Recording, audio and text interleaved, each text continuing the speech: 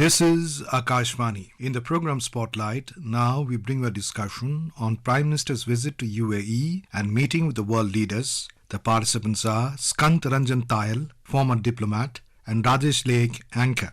Most of the world's largest economies have committed to achieving a net zero carbon emissions balance by 2050, and progress has been made through innovations, investments, and incentives.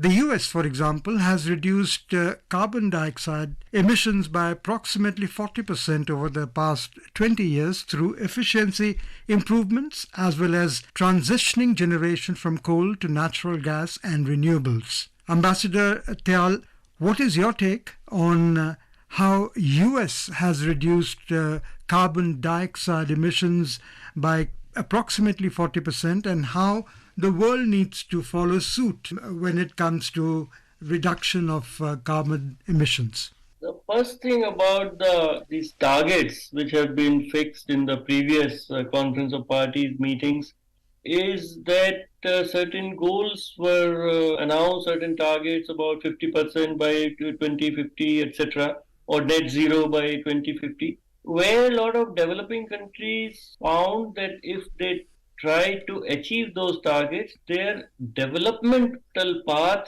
will be impeded and their own development will be restricted.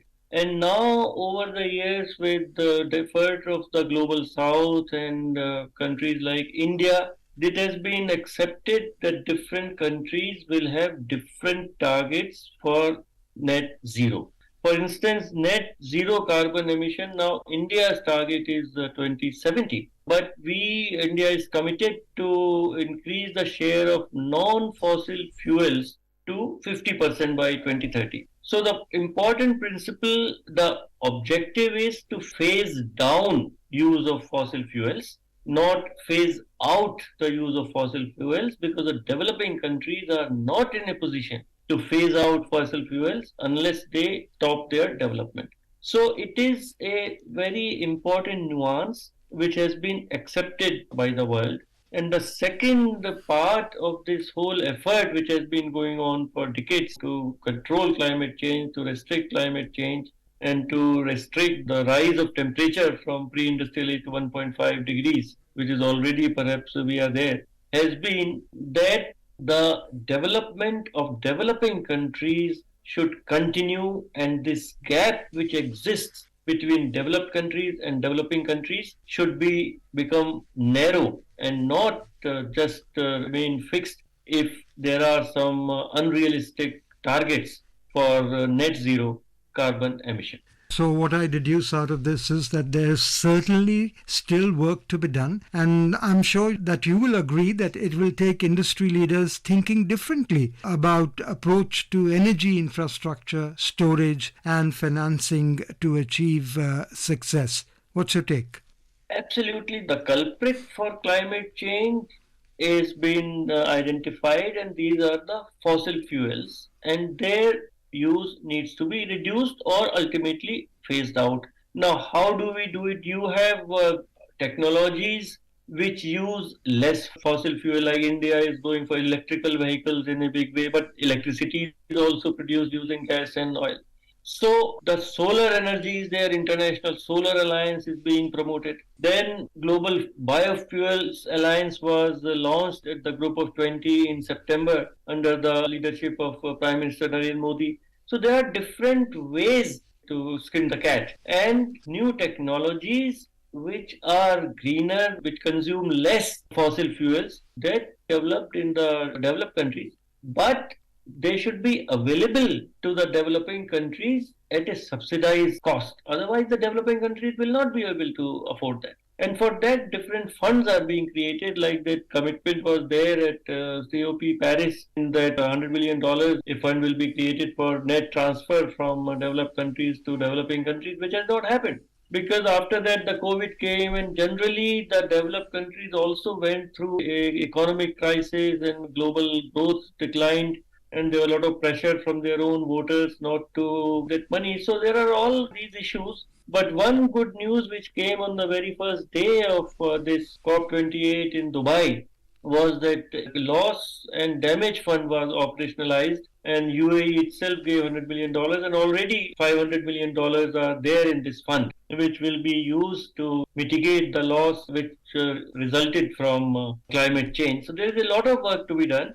There are different ways to achieve the target of net zero by 2070 or 2050 by the developed countries. All the countries have to work together, and as our Prime Minister said, all the countries must rise above their narrow self-interest. If there is technology, new technology, then it should be shared widely without making it a very commercial proposition. And also a global green credit initiative was launched in Dubai by Prime Minister Narendra Modi and UAE President, in which carbon sinks will be created, like the degraded land, wasteland. If some agencies, some people, some companies afforest, then they should be given some incentives so that the carbon which is being emitted, there is a sink because the green cover converts carbon dioxide to oxygen. So there are very innovative solutions which are being discussed at COP28 in Dubai, and India and Prime Minister Narendra Modi has made a very significant contribution in suggesting new solutions to this very grave problem facing entire humanity. Mr. Tyal, a while back you mentioned about electricity, and the IEA estimates that by 2050 existing global electricity networks need to grow by 80%. And to achieve this, don't you think our infrastructure needs a fundamental shift? Combination of new and repurposed technologies to support growing needs? The need of populations for electricity, for power, are well known.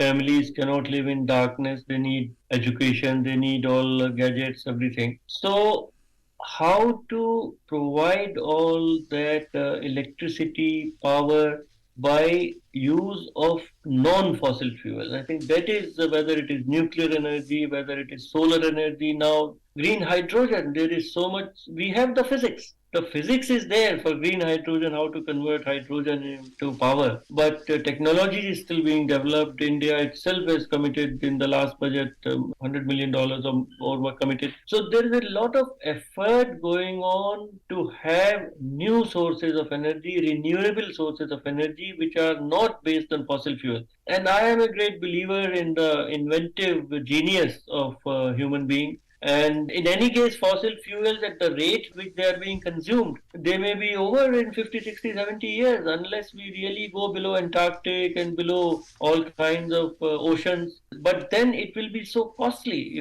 if that alternative sources will have to be found. So the entire world, and India is now working with the United States, with Europe, and so many other countries to develop this green hydrogen and new technologies. So there are solutions which are on the horizon, which are possible scientifically, but we need to have the technology and how to scale it up. And let us see. But I think one should be optimistic. So what you're saying is that hydrogen is a significant solution because it can both zero carbon fuel and long duration storage of renewable energy. Now today, the Biden administration unveiled final rules aimed at cracking down on US oil and gas industry releases of methane, part of a global plan to rein in emissions that contribute to climate change. Now that is a good step. As we all know, President Trump had walked out of Paris commitments. So unfortunately, what President Biden has committed and what will eventually happen, one has to wait and see. But it's a good sign, at least some good declaration has come from President Biden. But one has to watch what will be the election result next year. Because a lot of commitments are being made, but unfortunately have not been implemented, followed up, executed by the developed countries. But it is a welcome sign that this commitment has been made.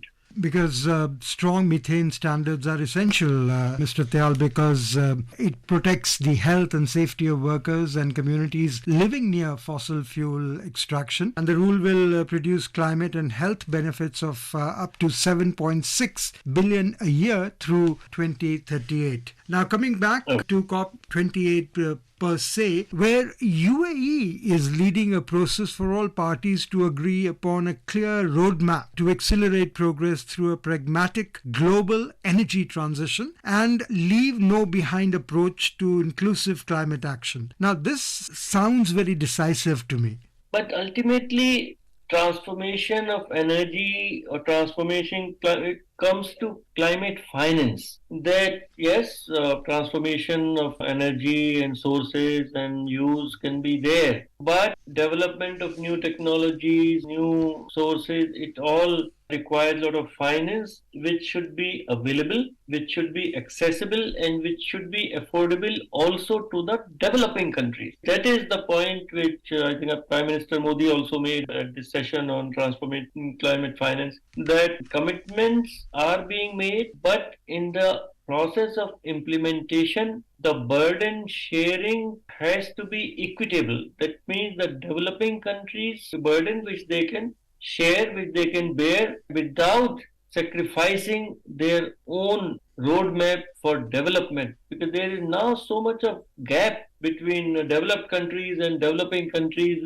On one side is $50,000 per capita, on the other side $2,000, $3,000 per capita, and this gap has to be bridged, has to be narrowed, and for that energy requirement is paramount. So transformation in energy utilization, energy creation is essential, but it should be done in such a way, as Prime Minister Modi said, that the interests of the global south are fully protected. And also, your consensus reached between the US and China, which is quite a significant moment ahead, which much before COP28. It clearly signaled that despite global challenges, COP28's call for climate action is uniting parties and raising ambition. It was a very good sign, and Yes. a former vice president who is now the main envoy for United States, climate envoy. He had visited China, had very good meetings, and I think the recent meeting in San Francisco between President Xi Jinping and President Biden also has lowered some tension between United States and China. Because climate change is something which affects the whole universe, which can have severe repercussions for entire humanity. And that's why Prime Minister said very clearly that all countries must rise above their narrow self-interest. And this is a good sign that the United States and China will cooperate in fighting this battle together along with the rest of the world. The first global stocktake, as we are calling COP28, which is going to be a milestone moment when the world will take stock of its progress on the Paris Agreement. What's your take as to how much have we achieved and what is it that needs to be done to hasten the process of the agreements? The stock taking is essential. I am afraid all the assessments which have come before COP28 are that the progress has been slow. Yes, there has been progress on all indicators, all targets which were fixed in Paris, a milestone, and before that in Copenhagen. But while taking stock, they must also identify that what are the bottlenecks, what are the issues which need to be resolved, and how they can be resolved. And again, that whatever new solutions, new directions are discussed, they should fully take into account the developmental needs of the global south, which has been left behind. They are trying to catch up. India is making very good progress. We are the fifth largest economy. Soon we'll be the third largest economy. Every country has aspirations, and India fully understands and supports the aspirations of the developing countries, and will together make sure that in conference of parties, in this assessment and